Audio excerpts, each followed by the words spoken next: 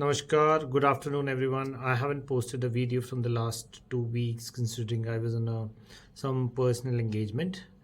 Now I'm back, so you will see more often the videos coming your way. Now, what is today's topic? Today's topic is how do you define the absenteeism targets for your program? So the absenteeism targets are depends on the various things like number of leaves which an employee gets at your site or the location, which varies from a location to location. Two, do you have any carry forward policy? Three, you support which region? Fourth, you look into what has been your historical trend to carry forward the leaves. I won't say the actual trend of the leaves, but yeah, carry forward of the leaves for sure. Now let's take an example or the illustration for this example. Any of the company or the program which is operating in India and supporting any North America or outside India business. So, and you have, let's say, approximately 47 leaves in a year categorized into your national or the mandatory leaves, then you have an optional, then you have sick and casuals.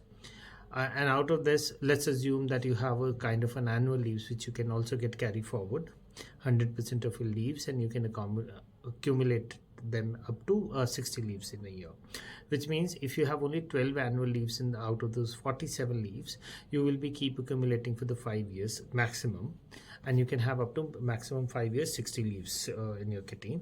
All of these leaves primarily get consumed during the year.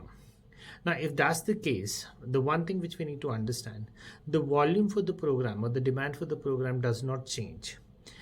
Because the volume is primarily being driven from outside India and not from that particular country or the city.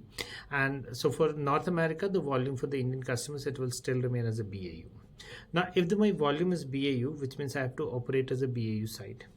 So what happens, there are the two scenarios. One, you hire extra, but it does not make sense for you to hire extra only for a one single week or a one single day when your demands are not throughout. So what do? You offer people an overtime, correct, a double pay day and all this stuff.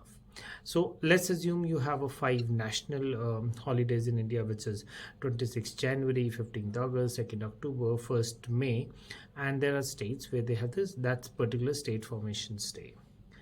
For these particular day, they pay, let's say, 2x of the salary or 3x of the salary depending on the company policies. So which means people will apply for the leave, they will consume the leaves, but they won't avail it. They will still work on those days. So when they work on those particular and you make them a payment, you primarily don't need that headcount to be baked in as an extra headcount for throughout the year, which means you can exclude these days from your absenteeism target. So if your absenteeism target, which is 47 divided by number of days or working days in a year, which comes to 365 minus 104 week off, it is a 5-day operation, which comes to 261. When you divide 47 divided by 261, what you left is comes to around 18 or 18.75% of absenteeism. Out of these 18.75% absenteeism, the 5 leaves which we just talked about is primarily will only contributes to 1.5 or 1.9%. So, and because you're making a double pay or a triple pay for that particular day, your actually does not have any actual absenteeism. Your absenteeism is on just a virtual number. So you can have a 1.9% reduction in your absenteeism targets, and you will exclude, or you can mention that these pays are 3x.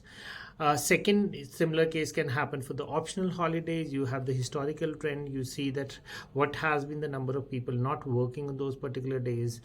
You need to have the cohort analysis for your population, understanding which festival has been the priority for these folks and get impacted if you're able to get to that particular deep dive levels. Once you have that, for example, if you have a more Punjabi populations, the festival primarily will have Vaisakhi, Lohri, these things will happen.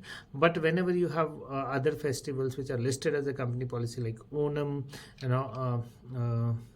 Gudi Padwa, it may not impact the Punjabi population, correct? So that's where you just may have to look into those aspects. Once you have figured out these numbers on the second category, the third level, what you look into, the what is has been your historical percentage of people who carry forward their leaves. For example, if you look at the data, you will figure out you have an XX percentage, let's say 50% of the leaves are getting carry forward every year, which means these have not been taken, but you're carrying a head count. So I won't recommend to have a 50% one single shot reduction in that particular category, which is your annual leaves category, which can be carry forward, but you plan for a certain buffer there to save it. So you will say, okay, let's assume that there will be 25% of the leaves carry forward, and then accordingly you can reduce your the absenteeism targets.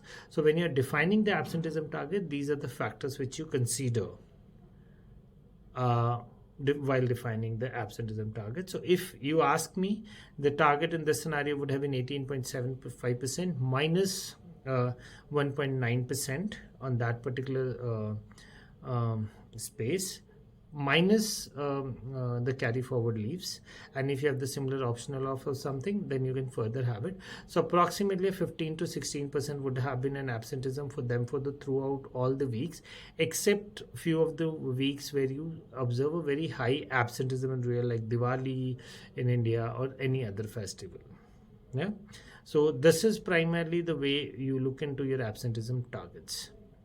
Thank you very much. I'll be back soon with another video discussing on another topic. Thank you very much.